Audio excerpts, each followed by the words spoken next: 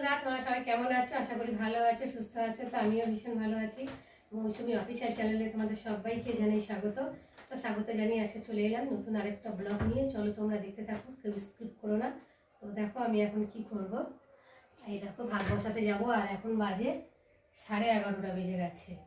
তো দেখো আমি কাঠের জালে রান্না করব, তার জন্য দেখো হাঁড়িটা ভালো করে মাটি মাখিয়ে নিয়েছি।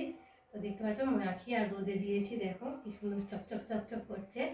আর কাঠের জালে রান্না করলে তো খুব একটা মানে কালি পড়ে না কাদা দিয়ে নিলে। আর নাহলে মাজা ঘষা করতে প্রতিদিন ভীষণ কষ্ট হয়।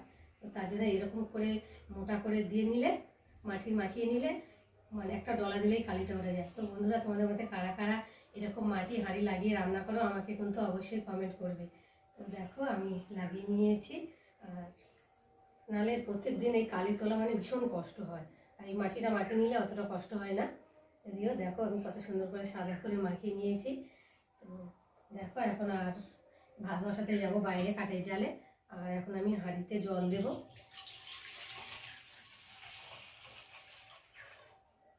আর এই যে হাঁড়িতে জল দিলাম, এবার চালটা দিয়ে দেবো। আর একবেলা মতো ভাত করি, কেননা রাতের তো রুটি খাই, তার জন্যে। তো দেখো চালটা ভালো করে ধুয়ে নিয়ে এসেছি। ভালো মধ্যে দিয়ে দিই।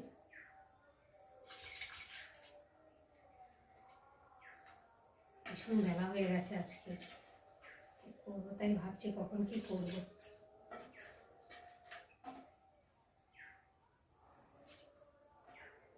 চালটা তো আমরা রেশনের চালই খাই, চালটার মধ্যে ভীষণ বালি। ওই জন্য চালটাকে আগে ভালো করে ধুয়ে উঠিয়ে নিই, তাহলে বালিটা নিচে পড়ে যাবে, চালটা ভালো করে উঠিয়ে তুলে নেওয়া যাবে।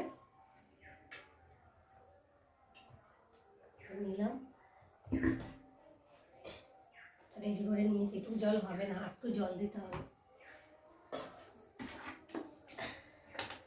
বালতিতে অল্প আছে, তো বালতি ধরে দিয়ে দিলাম। চালটা তো ফুট খায় ভীষণ, তো বেশি করে জল দিই। কাঠের জালে তো তাড়াতাড়ি জলটা শুকিয়ে যায়, আগুনটা বেশি পায়, জলটা তাড়াতাড়ি শুকিয়ে যায়। ঢাকাটা বাইরে রেখে এসেছি, এখন থাক এখানটা।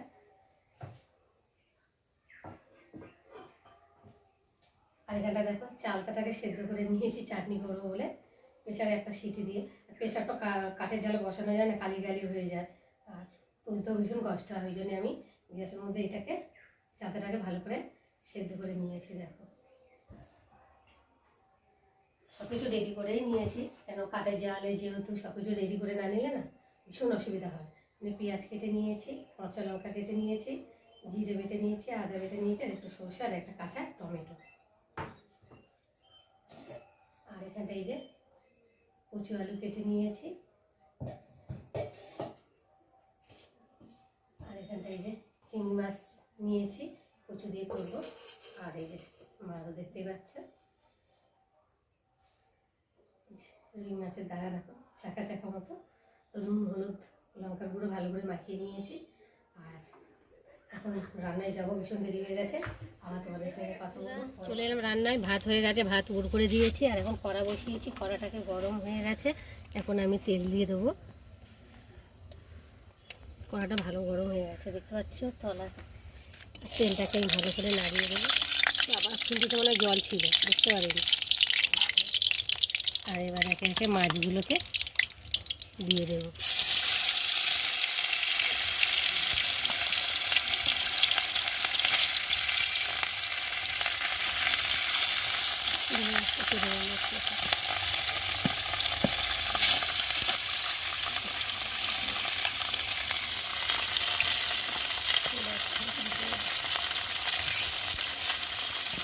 ছোটো মাছ আছে সাইডে দিয়ে দিলাম, সবাই দিয়ে দিলাম অল্প মাছ, সেই জন্য। বন্ধুরা হাত করে হয়ে গেছে, আর এক পিস করে উল্টে দিয়েছি। আর এখন আমি মাছগুলো ভালোভাবে ভাজা হয়ে গেছে। আর এখন আমি একে একে মাছগুলোকে তুলে নেব। কাঠের জালে তো নিয়ে সামলানো যায় না।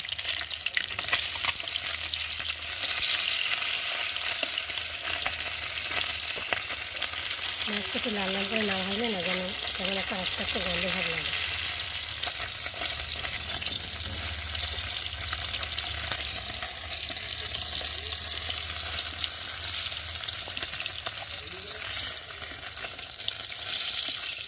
তো দেখো ভাজা হয়ে গেছে।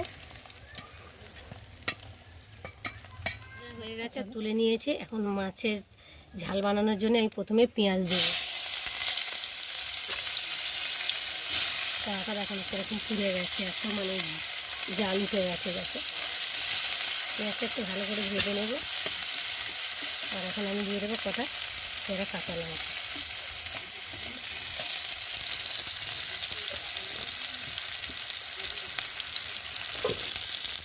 পেঁয়াজটা একটু ভালো করে ভেজে নেব। এবার দিয়ে দেবো জিরে বাটা, দেবো আদা বাটা, আর একটু সর্ষে, আর দেবো একটা টমেটো, আর দেবো নুন, হলুদ আর লঙ্কার গুঁড়ো। দিয়ে ভালো করে মশলাটাকে কষিয়ে নেব। যতক্ষণ না মশলার একটা কাঁচা গন্ধ যাবে ততক্ষণ আমি কষাবো। আর যত কষাবে তত তরকারি টেস্ট হবে খেতে।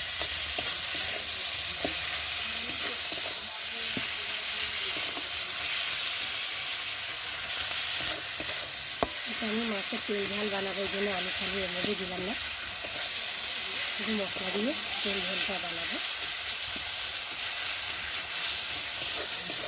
দেখো আমার মশলাটা ভালোভাবে কষানো হয়ে গেছে, আর মশলা থেকে দারুণ একটা গন্ধ ছেড়েছে। আর দেখো, আর এখন আমি জল ঢেলে দেবো।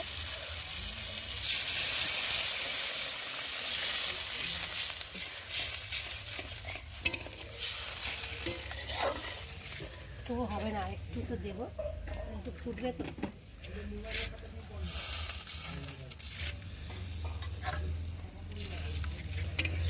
জলটা ধুয়ে দিয়েছে, আর আমি ভালো করে একটু নেড়ে নিচ থেকে উপরে মশলাগুলো লেগে আছে, তো নাড়িতে নিচে লাগিয়ে নেবো। তো দেখো এখন ঢাকা দিয়ে দেবো, দিয়ে ঝোলটাকে ফুটিয়ে, ঝোলটা ফুটে গেছে। আর এখন আমি একে একে মাছগুলোকে দিয়ে দেবো।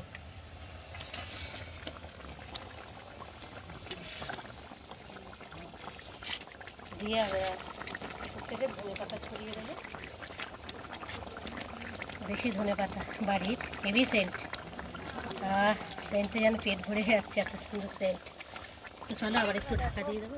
আমার মাছের ঝোল রেডি হয়ে গেছে, আর দেখতে কত সুন্দর হয়েছে, কালারটাও খুব সুন্দর হয়েছে, খেতেও নিশ্চয়ই খুব ভালো হয়েছে। তো বন্ধুরা, তোমাদের মধ্যে কারা কারা এরকম মাছের ঝাল খেতে, রুই মাছের ঝাল খেতে ভালোবাসো আমাকে কিন্তু কমেন্ট করবে। আর এখন আমি নামিয়ে নেব। তো এই মাছের ঝোলের রেসিপি যদি তোমাদের ভালো লাগে অবশ্যই একটা লাইক, কমেন্ট, শেয়ার করো। আর আমার চ্যানেলে যদি নতুন হয়ে থাকো চ্যানেলটাকে সাবস্ক্রাইব করো। তো আবার তোমাদের সঙ্গে দেখা হবে পরের ব্লগে। ততক্ষণ তোমরা তোমাদের খেয়াল রেখো। রান্না করে, রান্নার বাসন টাসন মেজে চান ঠান করে ঠাকুর পুজো দিয়ে আর এখন খেতে বসলাম। তো চলো আছে কী কী দিয়ে খাচ্ছি সেটাই তোমাদের সঙ্গে শেয়ার করবো। প্রথমে দেখাই এই যে মাছের ঝাল তোমাদের সঙ্গে শেয়ার করেছি। আর এখানে রয়েছে এই যে গাটি কচু আলুর চিংড়ি মাছ দিয়ে তরকারি, আর ভাত, শেষে রয়েছে চাটনি। আর এই দেখো ভাত বেড়ে রেডি করে নিয়েছি। আর এখানে দেখো আমলকি সেদ্ধ করে নিয়েছি, আর একটা কাঁচা লঙ্কা নিয়েছি, আর নুন নিয়েছি, আর একটু কাঁচা তেল দেবো। তো খেতে ভীষণ ভালো লাগে। তো বন্ধুরা, তোমরা কারা কারা এরকম করে খেতে ভালোবাসো আমাকে কিন্তু জানিও। আমার তো ভীষণ ভালো লাগে গরম ভাতের সাথে টকটক। আর এইটা খাওয়া ভীষণ শরীরের পক্ষে উপকার, যাদের গ্যাস অম্বল আছে বিশেষ করে তাদের আরও বেশি। তো কাঁচাটা খেলে আরও ভালো হয়, কিন্তু অতটা কাঁচা খাওয়া যায় না। সেদ্ধ করে নিলে ভাতের সাথে অনেকটাই খাওয়া যায়। তো ওই জন্য আমি সেদ্ধ করেই খাই ভাত পাতে। আর আমার তো ভীষণ গ্যাস সমস্যা, তো তার জন্য আমি ডেলি একটা করে সেদ্ধ দিয়ে খাই। তো বন্ধুরা, আজকে আমাদের এই দুপুরের মেনু কেমন লাগলো তোমরা কিন্তু অবশ্যই কমেন্ট করবে। আর ভালো লাগলে লাইক, কমেন্ট, শেয়ার করো। আর আমার চ্যানেলে যদি নতুন হয়ে থাকো চ্যানেলটাকে সাবস্ক্রাইব করো। তো চলো আবার দেখা হবে পরের ব্লগে, ততক্ষণ তোমরা তোমাদের খেয়াল রাখো।